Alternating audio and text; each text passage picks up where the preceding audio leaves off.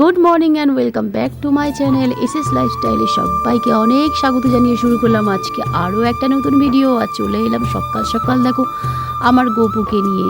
আর গপুকে আজকে এই টুকটুকে লাল রঙের জামাটা পরাবো। বন্ধুরা কেমন লাগবে তোমরা কিন্তু জানিও, আর ভিডিওটা কিন্তু পুরো শেষ পর্যন্ত দেখো, তবেই কিন্তু তোমরা আমার গপু সোনা পুরো শ্বাসটা দেখতে পারবে, ঠিক আছে? আর আজকে দেখো এই লাল জামাটা পরানোর ইচ্ছা হলো। এটাও কিন্তু আমার নিজের হাতে বানানো, মানে রোজ রোজ এক কথা বলতে বলতে আমি ক্লান্ত হয়ে যাই। আমার গপু সোনার প্রত্যেকটা জামাই আমার নিজের হাতে তৈরি। তবে প্রথম অনেক জামা কিনেছিলাম, তো সেসবগুলোও আছে। আসলে ওগুলো কেনা জামা, ওগুলো আরও অনেক অনেক বেশি ভালো, চুমকি টুমকি দেয়া, অনেক বেশি জড়ি বসানো। ওর জন্য ওই জামাগুলোকে আমি গপু সোনাকে রোজ রোজ পরাই না, ওগুলো কোনো একটা অকেশনে পরাই। আর এই দেখো এই ফুলগুলো এখন নিয়ে এলাম মায়ের ঘর থেকে। মা আসলে সকালবেলায় উঠে ফুলগুলো তুলে রাখি। আমাদের না এত সময় হয় না, সকালবেলায় উঠে সংসারে কাজকর্ম করতে করতে দিন সময় কোথা দিয়ে কেটে যায় বুঝতেই পারি না।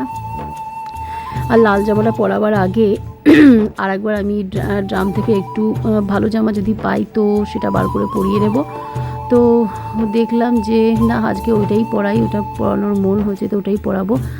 তো আরও কয়েকটা জামা আমি দেখে নিলাম আর কি। মনে হয় আমি আরও একটা কিছু খুঁজছিলাম, যাই হোক আমার এখন ঠিক মনে পড়ছে না। মনে হচ্ছে গপু সোনার মাথায় একটা হেয়ার ব্যান্ড দিয়ে আমি মনে হয় সেটাই খুঁজছি। তো যাই হোক চলো, এটা আসলে বেশ কয়েকদিন হয়ে গেছে, তো অনেক দিন হয়ে গেছে ভিডিওগুলো, তো এখন আমার ঠিক মনে পড়ছে না আমি গপু সোনার জন্য কোন জিনিসটা খুঁজে নিচ্ছি। দেখো নীল জামাটাও বার করেছি, মনে হচ্ছে আমি নীল জামাটাও একটুখানি ইচ্ছা হয়েছিল এই সময়তে পরাবার জন্যে। এটা একটা লাল রঙের ওড়না, তো এটা এখন আমার তেমন কোনো কাজে লাগবে না। তো যেটা আমি বার করেছি সেটাই পরাবো। ও আসলে এখন আমার মনে পড়লো, আসলে বন্ধুরা আমি যে লাল জামাটা পরাবো না সেটার মধ্যে দড়ি পরানো নেই। আর দড়ি পরানো না থাকলে জামাটা তো আমি পরাতেই পারবো না। তাই জন্যে দেখো আমি কি করলাম বলো তো, এই হলুদ জামা থেকে ওই দড়িটা বার করলাম। দড়িটা অনেকটা চওড়া, তাই জন্য দড়িটা আমি হাফ হাফ করে নিলাম। এটাতেও আবার লাগিয়ে দেবো আর ওটাতেও হয়ে যাবে, এক কাজে দুই কাজ। এরকমভাবে আমি জামার দড়িটা পরিয়ে নেব। আসলে যখন আমি কোনো জামাটা পরাই সেটার মধ্যে যখন দড়ি না থাকে আমি আরেকটা জামা থেকে খুলে নিই, এদিক ওদিক আর খোঁজাখুঁজি করি না, এই জন্যে ওই জামাটা খালি হয়ে আছে। তো এটাই হলো আসল কারণ। তো যাই হোক এবার থেকে চেষ্টা করবো প্রত্যেকটা জামার মধ্যে আলাদা করে একটা দড়ি পরিয়ে নেওয়ার, তাহলে আমারই সুবিধা হবে। আসলে দেখো সংসারে এত কাজ, তো এই কাজ বাজ সেরে এইসব কাজ করতে গেলে অনেকটা টাইম লেগে যায়। তাই জন্য আর কি যতটা পারি আর কি তাড়াতাড়ি কাজ করার চেষ্টা করি, সেই কারণেই আমার এমনটা হয়। এটাও কিন্তু আমার হাতের তৈরি একটা জামা, দেখো এটা আবার চুমকি বসিয়েছিলাম। এই জামাটা কিন্তু খুব সুন্দর। তো যাই হোক চলো, দড়িটা পরানো এখন আমার হয়ে গেছে, তোমরা দেখতেই পাচ্ছ। আর গপু সোনাকে এখন জামাটা পরিয়ে দেবো, সাজিয়ে দেবো। শুধু তাই নয়, আরও অনেক কাজই মোটামুটি বাকি আছে। আজকে আমার মনে হচ্ছে এই জামাটা পরাবো, তো এই জামাটাই পরাবো। দড়ি পরানো ছিল না, দড়িটা পরিয়ে নিলাম। আর কি বলবো, এত কাজের মাঝে এইসব করা, সবাই এই কারণেই সবাই আমাকে বলে তোমার অনেক ধৈর্য, তুমি পারো বটে। তো যাই হোক যে যা বলে বলুক, তাতে আমার কিছুই আসে যায় না। আমি তো আমার গপুর কাছে একটু অনেকক্ষণ সময় কাটাবোই। আর এই জামাটা যখন তৈরি করেছিলাম তখন গপু সোনা একটু ছোট হয়েছিল। তো জামাটা পরাবার সময় আমি ঠিক সুন্দরভাবে জামাটা পরিয়ে নিই। জামাটা বোঝা যাবে না যে কতটা ছোট কি, তবে গপু সোনাকে দেখে মনে হবে জামাটা যেন একদম সত্যি গপু সোনা মাপ নিয়েই তৈরি করা। তো দেখো জামাটা পরানো হয়ে গেছে, এখন কি মনে হচ্ছে একটুও যে জামাটা ছোট?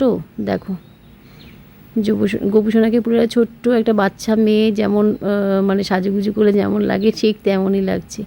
আর আমি জামাগুলো তৈরি করি এমন সেই ছোটো ছোটো মেয়েদের মতনই জামা তৈরি করি। আর এই দেখো গপু সোনা বসার জায়গাটা একটু সুন্দর করে পরিষ্কার করে নিলাম, আর দিয়ে দিলাম আমার গপু সোনাকে খেতে। ওই আসনটাও কিন্তু আমার নিজের হাতে তৈরি, এটাও কিন্তু আমার ভিডিওতে দেয়া আছে, অনেক দিন আগের ভিডিও।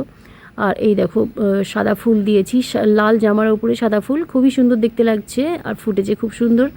আর গপু সোনার তো সাদা ফুল, টগর ফুল, তো এই সব ফুল তো আমার গপু সোনা নিতে খুব ভালোবাসে।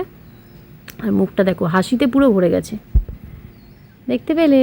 দেখো গপু সোনার সকালবেলা পুজো আপাতত হয়ে গেল, এখন আমাকে দৌড়াতে হবে রান্নাঘরেও আর একটা পুজো বন্ধুরা। এটা যেমনি ঠাকুরের পুজো, ওটা হচ্ছে পেট পুজোর জন্য আমাকে যেতে হবে রান্নাঘরে। তো যাই হোক প্রত্যেকটা কাজই একটা ধৈর্য, একটা সময় লাগে। প্রত্যেকটা কাজের পিছনেই অনেকটা পরিশ্রম দিতে হয়। তো প্রত্যেকদিন সকালে আমার যেটা কাজ সেই কাজটা আমার এখন হয়ে গেল। এবার আমার মনটা শান্তি, এখন আমি যেতে পারবো রান্নাঘরে। আর রান্নাঘরে